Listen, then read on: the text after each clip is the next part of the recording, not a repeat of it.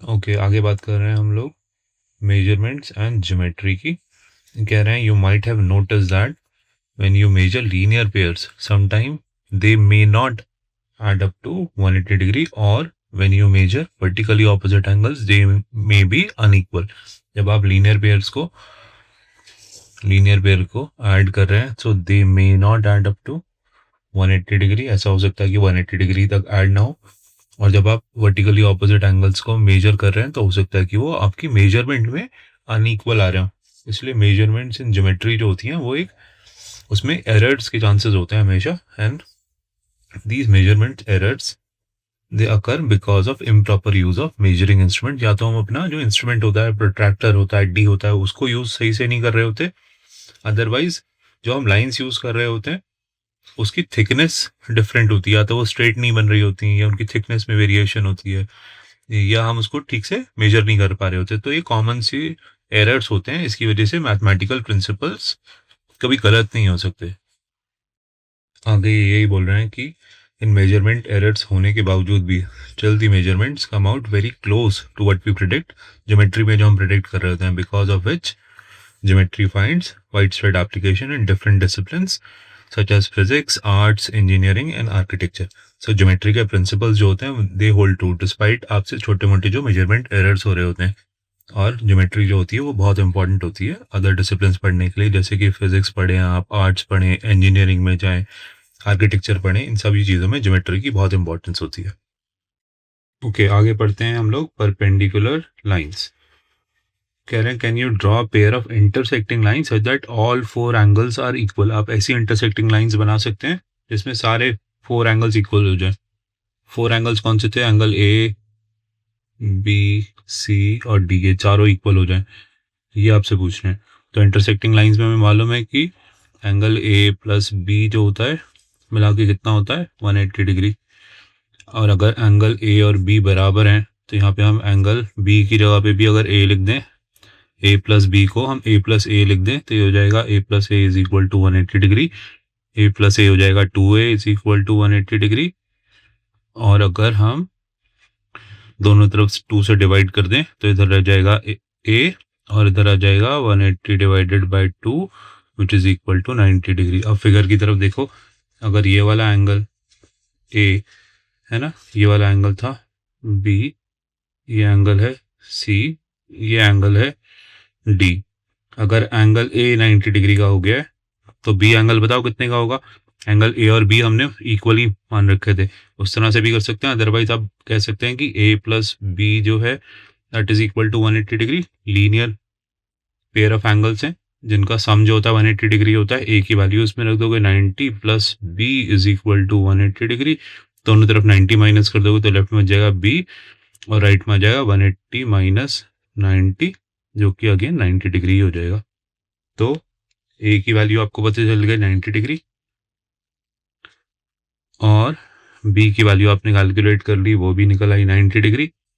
अब आपको मालूम है वर्टिकली ऑपोजिट एंगल सेम होते हैं, तो ए का वर्टिकली ऑपोजिट एंगल कौन सा है? सी। तो सी कितने डिग्री का होगा? ये भी 90 डिग्री का होगा। और बी अगर 90 डिग्री का आ रहा है तो बी का वर्टिकली ऑपोजिट एंगल कौन सा होगा? डी। तो डी भी बी के बराबर होगा जो कि 90 डिग्री है।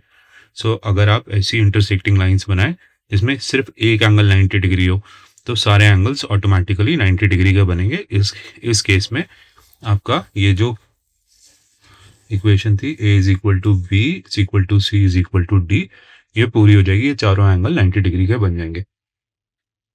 सो आगे ये पूछ रहे हैं can you figure out what will be the measure of each angle? Yes, we were able to figure it out. The measure of each angle is 90 degree.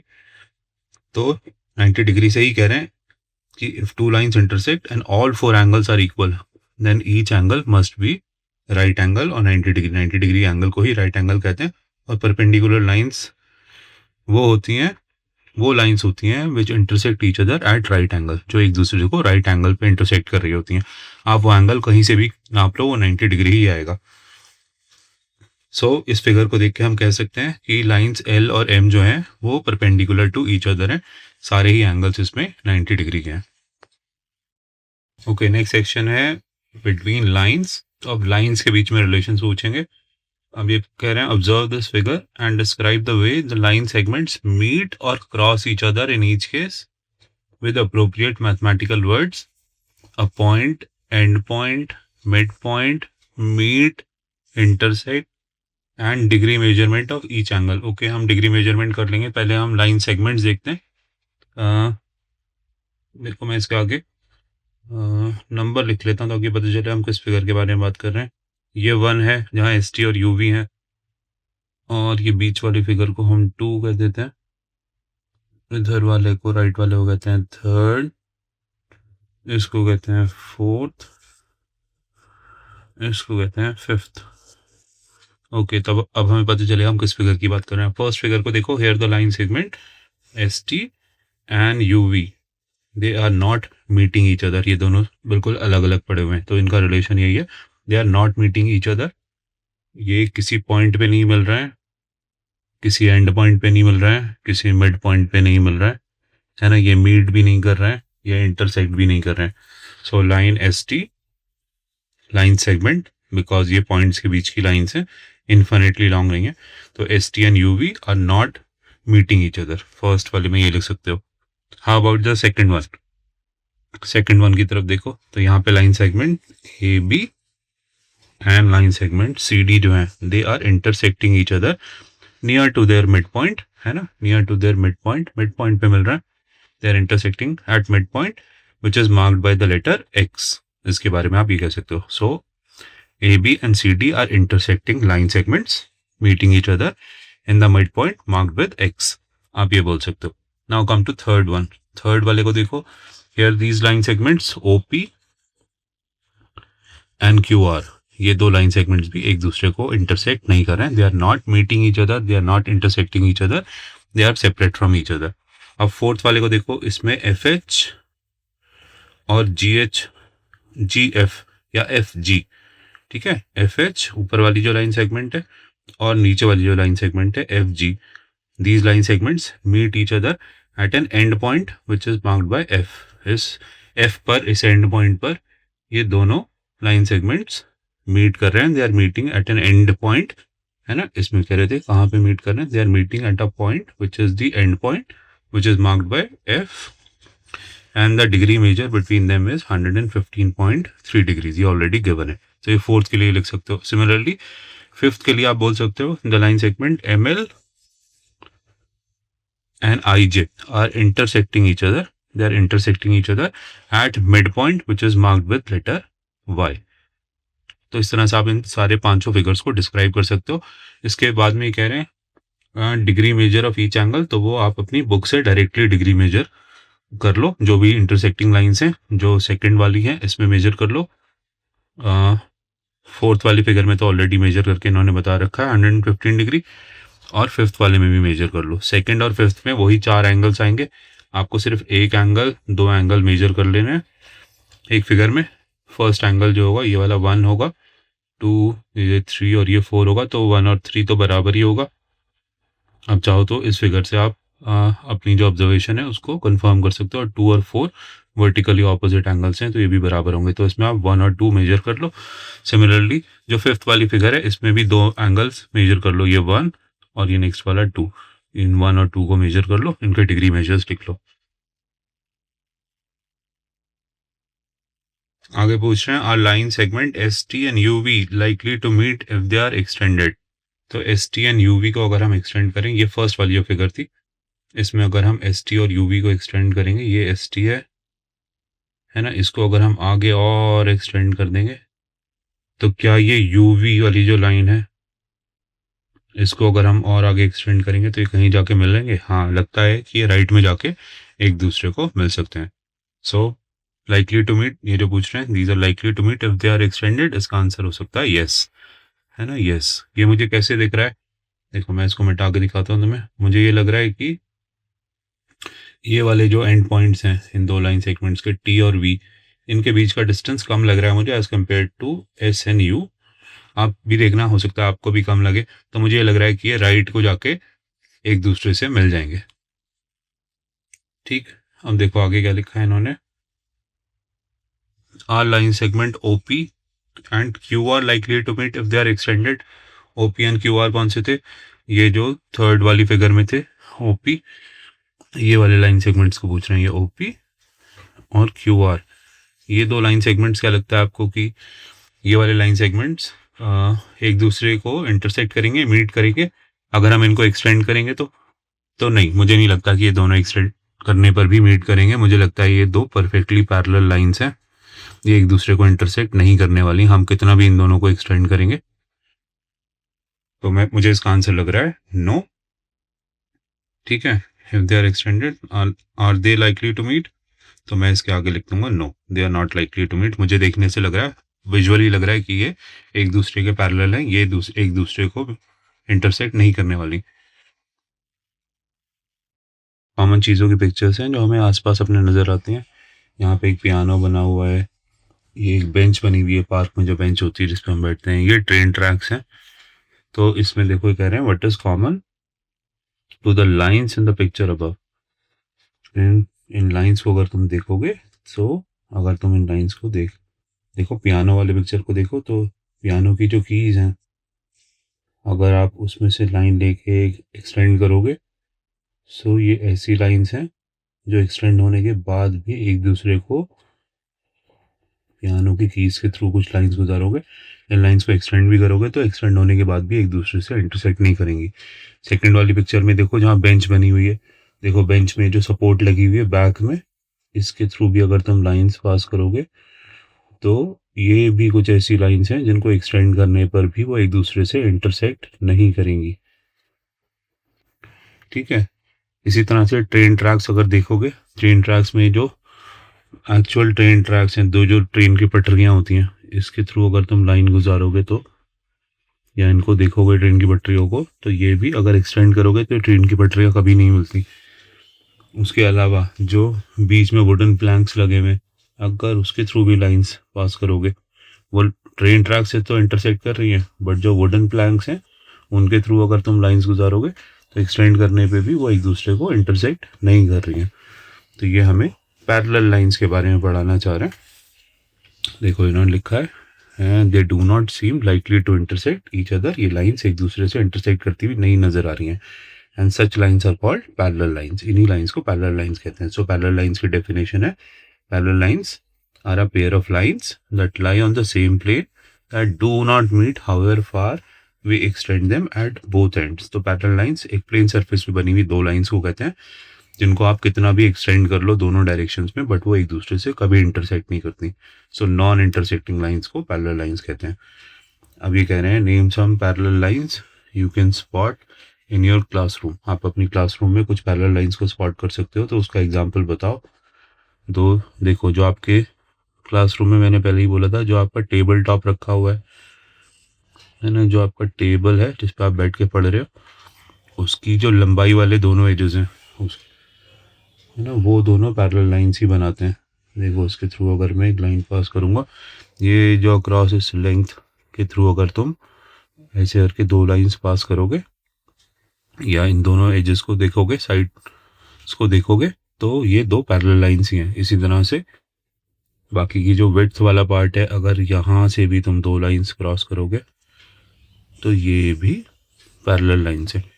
इसी तरह से जो जिस रूम में तुम बैठे हुए हो, है ना, उसकी किसी भी एक वॉल को देखो, किसी भी एक वॉल के एक साइड में देखो, जो कॉर्नर पे वो दूसरे वॉल को मिल रही है, उस कॉर्नर को तुम ऊपर तक एक्सटेंड करो, और दूसरे वाले कॉर्नर को, उसी दीवार के दूसरे वाले कॉर्नर को ऊपर तक एक्सटेंड करोगे, तो आपको वर्टिकल लाइंस मिलेंगी। वर्टिकल लाइंस जो होती हैं वो भी पैरेलल लाइंस होती हैं, तो वो भी एक दूसरे को इंटरसेक्ट नहीं करती। और भी एग्जांपल्स हो सकते हैं पैरेलल लाइंस के, अपनी क्लासरूम में ढूंढने की कोशिश करो।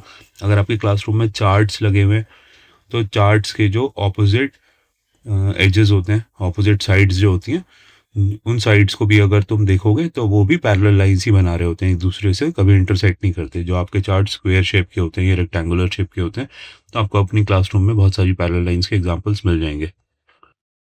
इसी तरह से parallel lines are often used in art work and shading. अगर आप किसी भी आर्ट वर्क या शेडिंग को देखो तो उसमें भी आपको पैरेलल लाइंस नज़र आ सकती हैं। जैसे कि देखो, फर्स्ट वाले आर्ट वर्क को देखोगे तो अगर मैं इस लाइन को आगे तक एक्सटेंड कर दूं और इस लाइन को एक्सटेंड कर दूं, तो ये भी पेयर ऑफ पैरेलल लाइंस हैं।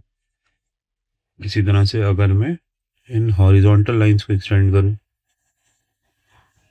है ना, इसको एक्सटेंड कर दूँ, इसको एक्सटेंड कर दूँ, तो ये भी पैरेलल लाइंस ही हैं, ये भी इंटरसेक्ट नहीं होंगी।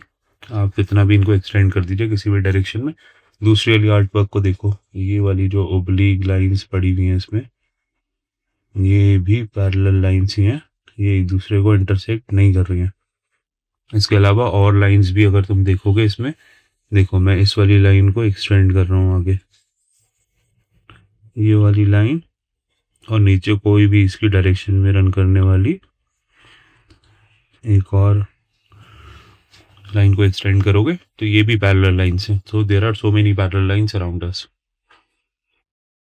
Okay, which pairs of lines appear to be parallel in the figure below. यहाँ पे एक फिगर दे रखी है जिसमें बहुत सारी लाइंस बनी हुई है। अब इसमें आपको पैरेलल लाइंस आइडेंटिफाई करनी है। तो देखो मैं कह रहा हूँ कि अगर आप वर्टिकल लाइंस को देखो जो सीधी ऊपर जा रही हैं, है ना, जो राइट एंगल बना रही हैं हॉरिजॉन्टल से, उन लाइंस को अगर आप देखोगे तो ये पैरेलल लाइंस हैं। जैसे कि सी वाली जो लाइन है, सी वाली लाइन को अगर मैं एक्सटेंड कर दूँ, येलो कलर से हाईलाइट कर दूँ, तो ये किसके पैरेलल है, ये इस वाली लाइन के पैरेलल है जिसको इन्होंने मार्क कर रखा है जी। ये दोनों हॉरिजॉन्टल लाइंस हैं। इसके अलावा मुझे कोई हॉरिजॉन्टल लाइंस नज़र नहीं आ रही हैं, तो मैं ये कह रहा हूँ कि सी इज पैरेलल टू जी। एक तो मैंने ये आइडेंटिफाई कर लिया। अब इसके बाद मैं कह रहा हूँ मैं वर्टिकल वाली लाइंस पे देखता हूँ जो हॉरिजॉन्टल से 90 डिग्री के ऊपर है। तो जो ये ए वाली लाइन है, सबसे शुरू में जो लाइन दिख रही है, ये वाली लाइन, और ये आई वाली लाइन, और ये एच वाली लाइन, ये तीनों लाइंस पैरेलल हैं। तो मैं लिख सकता हूँ कि A is parallel to I which is parallel to H. ये तीनों लाइन एक दूसरे से पैरेलल में है। इनको कितना भी एक्सटेंड करोगे ये किसी एक दूसरे को मीट नहीं करेंगी। अब अगर मैं देखूं ओब्लिक वाली लाइंस, तो ओब्लिक वाली लाइंस अगर मैं बोलूं, वो वाली ओब्लिक लाइंस देखते हैं जो ऊपर से राइट की तरफ है। जैसे कि ये बी बनी हुई है, ये ऊपर से राइट की तरफ को है ना। इसी तरह से ये ई वाली जो लाइन है, ये भी ऊपर से राइट की तरफ को है। तो ये दोनों भी पैरेलल लाइंस हैं। देखो इनको एक्सटेंड करता हूँ अगर आगे की तरफ, तो ये मुझे नहीं लग रहा कि ये एक दूसरे को इंटरसेक्ट करेंगी कभी भी। आप इनको कितना भी चाहे एक्सटेंड कर लो, अपने स्केल की मदद से इन लाइंस को एक्सटेंड करने की कोशिश करना, एक दूसरे को इंटरसेक्ट नहीं कर रही हैं, ठीक है। इसी तरह से अब मैं वो ओब्लिक लाइंस देख रहा हूँ जो लेफ्ट से ऊपर को हैं। जैसे कि ये डी वाली जो लाइन है, डी वाली जो लाइन है ना, इसको मैं और आगे एक्सटेंड कर देता हूँ। ये लाइन और ये वाली लाइन जिसको इन्होंने एफ की तरह से मार्क कर रखा है, ये वाली लाइन, ये वाली लाइंस भी पैरेलल लाइंस हैं, ठीक है। तो इस तरह से सेम कलर से मैंने पैरेलल लाइंस मार्क कर दी हैं, सेम कलर से मार्क कर दी हैं। अगर आपको ये हॉरिजॉन्टल, ये वर्टिकल वाली लाइंस समझ में आ रही हैं, जिसमें हमने सीधा एक ही लाइन में वर्टिकली डॉट्स को कनेक्ट कर रखा है, वो सारी वर्टिकल लाइंस हैं। और अगर आपको हॉरिजॉन्टल वाली लाइन समझ में आ रही हैं, जहाँ पे हमने साइड बाय साइड वाले डॉट्स को कनेक्ट कर दिया है ना। बट आप ये कह रहे हो कि ये ओब्लिक लाइंस जो हैं ये कैसे पैरेलल हो गई। ये हो सकता है कि कोई ज़्यादा ओब्लिक हो, कोई कम ओब्लिक हो। जस्ट आप देख के कैसे कह रहे हैं। अगर आप इन ओब्लिक लाइंस को देखोगे, लेट्स से कि आप इन ग्रीन वाली लाइंस को देखो, इन ग्रीन वाली लाइंस को देखो, नीचे मैं एरो बना रहा हूँ इस ग्रीन लाइन के पास, इस ग्रीन लाइन को देखो या इस ग्रीन लाइन को देखो, तो ये अगर तुम इसका एक छोटा सा यूनिट लोगे इस ग्रीन लाइन का, तो ये 1/1 के स्क्वायर का डायगोनल है ना। थोड़ा सा और बड़ा कर दोगे तो ये 2/2 के स्क्वायर का डायगोनल है।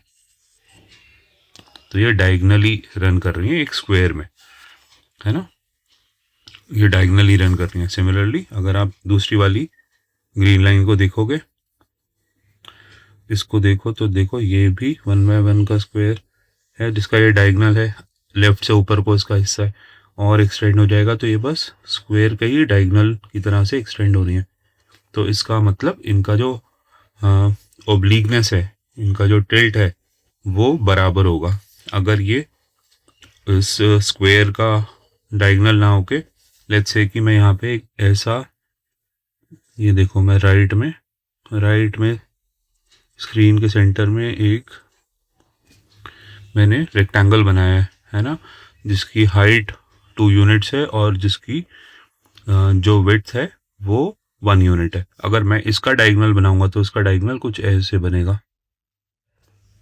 जो इसमें लाइन दी हुई है डायग्राम में ओरिजिनली, वो सिर्फ स्क्वायर के डायगोनल्स हैं, स्क्वायर के डायगोनल्स का एक्सटेंशन है। तो इसकी ओब्लिकनेस डिफरेंट होगी। इसके लिए आपको इसी तरह की लाइंस ढूंढनी पड़ेंगी जो 2/1 के स्क्वायर का ही डायगोनल हो।